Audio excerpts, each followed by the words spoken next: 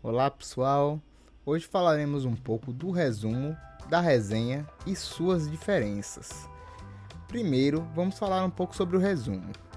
O resumo é uma importante parte do artigo científico e muitas das vezes essa será a porta de entrada que irá fazer com que os leitores e pesquisadores se interessem por seu texto. Por isso é muito importante que a gente construa um resumo muito bem estruturado, bem sintético e objetivo para que chame a atenção de outras pessoas que estejam fazendo alguma revisão de literatura. Como seu próprio nome já diz, o resumo ele vai compilar algo em um texto maior, no caso, em algo menor e sintético. No caso, o resumo vai sumarizar o artigo científico na ordem que ele foi escrito. Por exemplo, se o seu texto apresenta uma seção de introdução, outra de objetivos, metodologia, resultados e conclusão, o resumo vai apresentar essa mesma estrutura. E seu tamanho vai variar mais ou menos entre 250 a 350 palavras. Lembrando que isso aí varia bastante, a depender, né, do periódico que você vai submeter o seu artigo. Existem alguns periódicos que vão até tolerar um limite maior, tem alguns que toleram até 500 palavras. Já existem outros periódicos que vão tolerar menos. Então você vai ter que adequar aí essas normas conforme o periódico que você vai submeter o seu artigo ou resumo. O resumo pode ser estruturado ou não estruturado. E basicamente isso quer dizer que ele pode ter seções divididas por tópicos, como no caso do estruturado, ou sem essa divisão, no caso do não estruturado. Então vamos dar uma olhadinha aqui como seria isso. Bom, aqui a gente tem, né, um resumo não estruturado. Como vocês podem ver, aqui nesse resumo, nessa imagem, né, a gente tem aí as seções delimitadas por cores para facilitar nosso entendimento. Só que o que a gente pode ver é que, na verdade, se você estivesse lendo esse resumo num periódico, numa pesquisa, em algum lugar, ele estaria tudo em preto, né, claramente, e não teria essa divisão em tópicos das seções. Só que o que a gente vê aqui, nessa parte em azul, o que a gente tem basicamente seria a introdução, ou o contexto, né, do problema. No caso aqui, é um texto falando sobre palhaçaria, né, basicamente. E aí ele fala aqui o contexto nos anos 90, que se observa na Austrália, como no Reino Unido, o surgimento de uma nova proposta para o desenvolvimento econômico dos países, baseada em atividades que têm sua origem na criatividade. E por aí vai. Ele até destaca aqui também o tema principal. É bom você deixar isso claro, mas não necessariamente quando você fizer um resumo estruturado você tem que deixar isso separado em algum tópico. Isso aqui é mais para fim de entendimento mesmo. Aí ele fala aqui no Brasil, vai continuando. Essa aqui é até uma introdução bem longa no resumo. Geralmente, essa introdução ela é um pouco mais sintética, para que você foque um pouco mais na metodologia e nos resultados e conclusões. Aqui a gente tem o objetivo do estudo e por aí vai, né? Eu não vou ler aqui tudo, mas a gente vai falar um pouquinho mais sobre cada um desses tópicos aqui um pouquinho mais para frente. Então vamos entender como é que a gente escreve esse resumo. Como já foi dito, o resumo vai seguir a mesma ordem do texto original. Iniciando, teremos o título do resumo, né, que seria também o título do artigo. E é importante que esse título seja conciso, nada muito longo, e que seja também chamativo, né, que mostre ali qual o tema que você vai abordar e qual o foco que você vai abordar dentro desse tema. E também é interessante que você coloque também o desenho, o escopo desse estudo, né? Para que fique claro logo de cara o que a pessoa que vai ler esse artigo ele vai se deparar. No caso da seção de introdução, ela será um pouco mais reduzida e deve conter principalmente a justificativa do porquê desse trabalho existir, bem como os objetivos do trabalho. No caso aqui, né, nesse exemplo, a introdução seria desde essa parte azul até o final aqui da parte roxinha. E muitas das vezes as revistas podem substituir a seção de introdução por uma de contexto e em alguns casos eles pedem apenas os objetivos de pesquisa. Então existem resumos que você não vai nem dissertar muito na parte de introdução, apenas talvez algumas frases ali para você colocar um contexto do que é o problema e às vezes nem isso, apenas partindo diretamente para os objetivos. Eu vou pular aqui para outro resumo que eu coloquei, que a gente vai poder ver isso aqui também no caso de um resumo estruturado. Olha aqui a gente tem um resumo estruturado e você vê que os tópicos são descritos, né? Então, como eu falei, olha só, a introdução nesse exemplo aqui ela é muito menor. É praticamente uma linha, se não fosse por essa quebra aqui, né? Quase 2 linhas, uma linha e pouquinho. E em seguida a gente tem o objetivo, os métodos, resultados e conclusões. Você vê que a seção de métodos e resultados é bem, como eu posso dizer, bem ressaltada aqui nesse exemplo. Porque geralmente nós vamos ter esse foco mesmo aqui, que é justamente o que a pessoa que está lendo está querendo buscar. Ela quer saber como é que esse artigo foi feito e o que esse artigo achou. E com relação à metodologia, essa é uma seção que deve responder diretamente como o estudo foi conduzido. De modo geral, ela deve incluir o desenho do estudo, a amostra, o cenário, os instrumentos que foram utilizados e como foi realizada essa análise de dados. Então, se a gente for olhar aqui nesse exemplo, aqui a gente tem a população do estudo que foi utilizado, ou seja, a amostra, né? 372 pesquisadores vinculados ao programa de pós-graduação em saúde coletiva, por aí vai. Ele dá aqui a descrição de onde vem essa população. No ano de 2001, dá um recorte temporal. Para a obtenção de dados, optou-se por uso de questionário via internet. Para os que não responderam o instrumento eletrônico, foram enviados questionários impressos. Então ele fala aqui um pouco, né, como é que foi coletados os dados, quem é a população. Poderia até acrescentar um pouco mais assim, esses dados foram tão tabulados em tabela Excel, mas às vezes é por conta do limite, né, de caracteres, de palavras que o periódico pode pedir, então a gente tem que resumir e colocar realmente o que é mais importante. E na seção de resultados, os achados devem ser condensados para os achados principais, aqueles que são mais relevantes para esse estudo. No caso de terem sido usados testes e cálculos estatísticos para análise de dados, é importante também que eles sejam registrados, né, para entender como é que você chegou a esses resultados. Aqui a gente tem a taxa de retorno dos questionários eletrônicos impressos foi de 64%, o uso da internet foi de 95%. Aí dentro da internet a gente tem aqui o correio eletrônico, a web e outros marcos aqui que a gente tem de achados aqui em porcentagem que esse estudo achou. A conclusão do estudo, ou a conclusão do resumo ali, vai meio que fazer uma síntese, uma retomada daquilo que foi descrito anteriormente, né, no restante do resumo, e uma breve interpretação do que querem dizer os resultados. Sendo assim, essa seção deve denotar os pontos fortes da pesquisa e também mostrar os próximos passos que devem ser tomados nessa linha de estudo, para que outros pesquisadores, né, possam adentrar nessa área e então ser meio que direcionados por conta desse estudo que você acabou de realizar.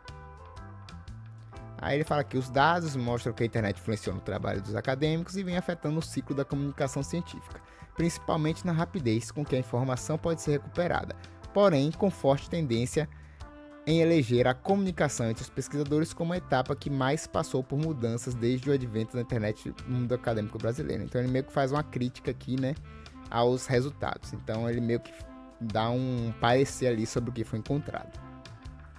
E para finalizar, aqui já pulando para outro exemplo, a gente pode lembrar, a gente tem que lembrar das palavras-chave que são usadas para que esse artigo, para que esse texto seja encontrado por outros pesquisadores durante suas pesquisas. E repare que aqui nesse exemplo tem como descritores. Descritores são coisas diferentes de palavras-chave. Aqui, talvez pela norma do periódico, ele tenha pedido os descritores, ou então seja apenas uma questão de nomenclatura, mas o correto mesmo que seria aqui, que é o mais comum da gente ver, seriam palavras-chave. Eu vou até riscar aqui para a gente não confundir. Vamos imaginar que isso aqui são palavras-chave. E repare que não necessariamente as palavras-chave são palavras. Então a gente tem aqui hospitais, mas logo depois a gente tem serviços de saúde. Isso aqui é considerado como um termo. Então as palavras-chave não são necessariamente palavras, elas podem ser termos compostos. E aí a quantidade de palavras-chave vai variar também de acordo com o periódico. Geralmente alguns pedem 3 palavras-chave apenas, outros periódicos eles já dão uma liberdade maior para que você coloque mais outras palavras-chave, e essas palavras-chave têm que ser relacionadas principalmente ao objeto de estudo e ao tema do artigo que você está escrevendo. Não é qualquer palavra assim solta, tem que ser relacionado a isso aqui para que seja fácil de encontrar. Quando você está no Google pesquisando alguma coisa, por exemplo, você quer, por exemplo, achar uma receita de bolo. Você vai falar receita bolo chocolate. Na receita de bolo vai ter ovos, farinha, vai ter como fazer, vai ter a temperatura do fogão. Só que as palavras que você pesquisou foi receita, bolo e chocolate. Essas seriam as palavras-chave que te direcionaram àquela receita. Então aqui a lógica é a mesma. Seria o que é mais importante para que você encontre esse artigo ou esse resumo. E outra coisa importante que a gente tem que falar aqui é que no resumo, como vocês puderam perceber nesses 3 exemplos, não há citação. Então no resumo é a única parte do texto científico que você não vai incluir citação, nem vai ter referências.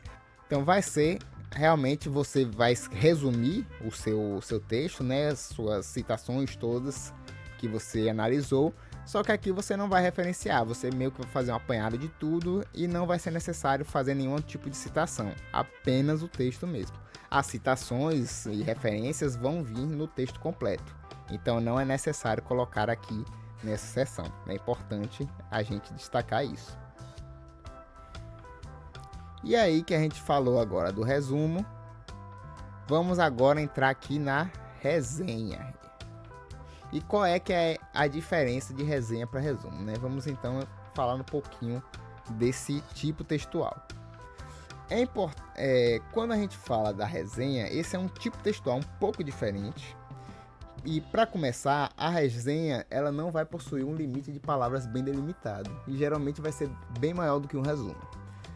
A resenha vai poder ser dividida em 2 grupos principais, a resenha crítica e a descritiva.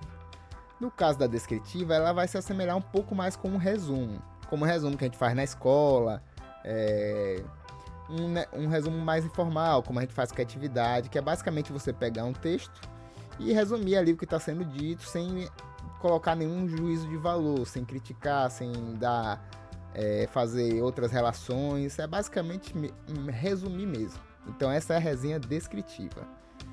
Já no caso da resenha crítica, aí é um pouco diferente, pois nela é necessário que você opine sobre o texto e o que está sendo resenhado. Sendo assim, uma resenha crítica deve apresentar, como o próprio nome já diz, críticas e comentários acerca do texto original.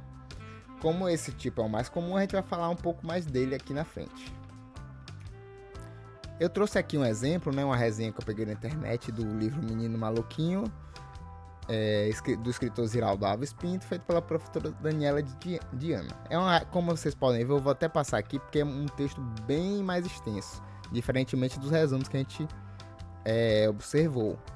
Vou até passar aqui devagarinho, que aí se vocês quiserem ler a resenha inteira, vocês podem pausar o vídeo e dar uma olhada aqui como é que essa resenha é escrita. Mas eu vou falar meio que por cima, até pra gente não ficar uma aula muito longa, a gente ficar falando muito aqui desse texto. Deixa eu só passar aqui tudo. Pronto, a resenha é essa daqui. Então deixa eu voltar aqui pro começo. É importante destacar que, apesar da resenha conter seus comentários e julgamentos, esse é um texto que deve ser escrito de forma impessoal. Ou seja, você não vai escrever expressões do tipo eu penso que, ou no meu entendimento, que ou então eu acho que o autor quis dizer tal coisa. Você tem que evitar o uso da primeira pessoa, você não vai falar eu nem nada do tipo. Então você vai fazer o como? Você deve usar assim, expressões impessoais. Por exemplo, nota-se que o autor afirma, ou então, por exemplo, é evidente que existe uma referência a tal livro, já que o autor é de uma linha teórica e por aí vai. Apesar de não ter uma estrutura bem definida, a resenha ela pode seguir uma estrutura similar do resumo. Dessa forma, ela vai ter uma introdução, em que será apresentada a obra, o contexto dessa obra, quem é o autor, e depois disso vai vir o desenvolvimento, que irá compreender a maior parte do texto, em que será explicitado os principais pontos da obra, o que o autor quis dizer com essa obra, e também aí você pode colocar os pontos e críticas que você vai apresentar. Entra assim, tanto o que o autor quis mostrar, o que a obra quer mostrar e o que você entende, e se você acha também, por exemplo, se o autor foi feliz ou infeliz na sua intenção com aquela obra. Então é meio que assim, você vai falando o que o autor está dizendo e vai acrescentando seus comentários, críticas e por aí vai. Por fim, a gente vai ter a conclusão da resenha, que será basicamente, da mesma forma que no resumo, um apanhado do que foi dito no restante do texto, para fazer um fechamento dessa resenha. E para finalizar, lembre-se que na resenha você deve referenciar a obra original de acordo com a ABNT. Então vamos dar uma olhadinha aqui nessa resenha do livro do Menino Maluquinho. Aqui a gente tem aqui um pouco falando o contexto da obra, né? Falando meio que quem nunca ouviu falar do menino maluco, que tinha vento nos pés e o olho maior que a barriga, meio que dando esse contexto de que é um livro já do imaginário cultural brasileiro. Aqui eles falam aqui um pouco do autor, falando que é um personagem antigo. Fala um pouco de entrevistas que o autor fez sobre essa obra. E aqui nesse outro parágrafo a gente já começa aqui o autor da resenha já começa a tecer alguns comentários. No livro Menino Maluquinho isso não é diferente e se torna claro. No momento em que iniciamos a leitura, de partida já nos familiarizamos com os seus desenhos. Sua linguagem simples, nada de especial, diriam alguns, tudo de essencial, afirmariam outros. Ou seja, ela já fala aqui assim, que é uma obra importante e que algumas pessoas dizem que não é nada demais. Já outras falam que aquilo dali, apesar de não ser nada demais, é o que é o essencial, é o principal. Então ela já tece um juízo de valor aqui nesse início, né? Aqui, como eu falei, aqui outro exemplo que ela coloca aqui. Interessante notar que o sucesso da obra não fora passageiro. Ela não colocou aqui dizendo assim, eu tenho certeza que a obra foi muito bem sucedida, ou então todos nós sabemos que essa obra é muito bem marcante no imaginário brasileiro. Ela botou uma expressão impessoal. Em outro momento aqui nessa resenha, ela também faz até alguns questionamentos que ela vai responder em seguida. Aqui nesse momento surgem as perguntas: o que torna uma obra literária parte do imaginário de um povo e como adquire uma posição de destaque. E em seguida ela vai discorrer o que seria isso, por que essa obra é parte do imaginário e por aí vai. E aqui, já chegando para a conclusão do artigo, ela faz meio que uma conclusão meio emocional, falando de sua experiência pessoal. Essa resenha aqui, ela é uma resenha já mais pessoal, não é bem assim um trabalho acadêmico. Então ela já tem outras marcas mais de pessoalidade, só que ainda assim ela serve de exemplo para a gente entender um pouco mais como realizar uma resenha. Ela fala aqui até em primeira pessoa, né? Claro, porque não é necessariamente uma regra que a gente tem que seguir, mas na maioria das vezes é interessante que a gente siga sempre pessoalidade. E ela faz essa retomada, falando um pouco de sua conexão com essa obra. E aí, aqui no finalzinho, ela faz uma conclusão, citando alguns trechos do livro, né? Algumas frases interessantes que são relacionadas a essa obra, meio que fazer uma conclusão assim com uma ênfase na obra, né? Um toque especial, assim, por assim dizer. Mas por hoje é isso, pessoal. Espero que eu tenha ajudado aqui vocês a entender um pouco a diferença sobre resumo e resenha e que isso ajude vocês aí a construírem seus próximos textos. Muito obrigado e até a próxima.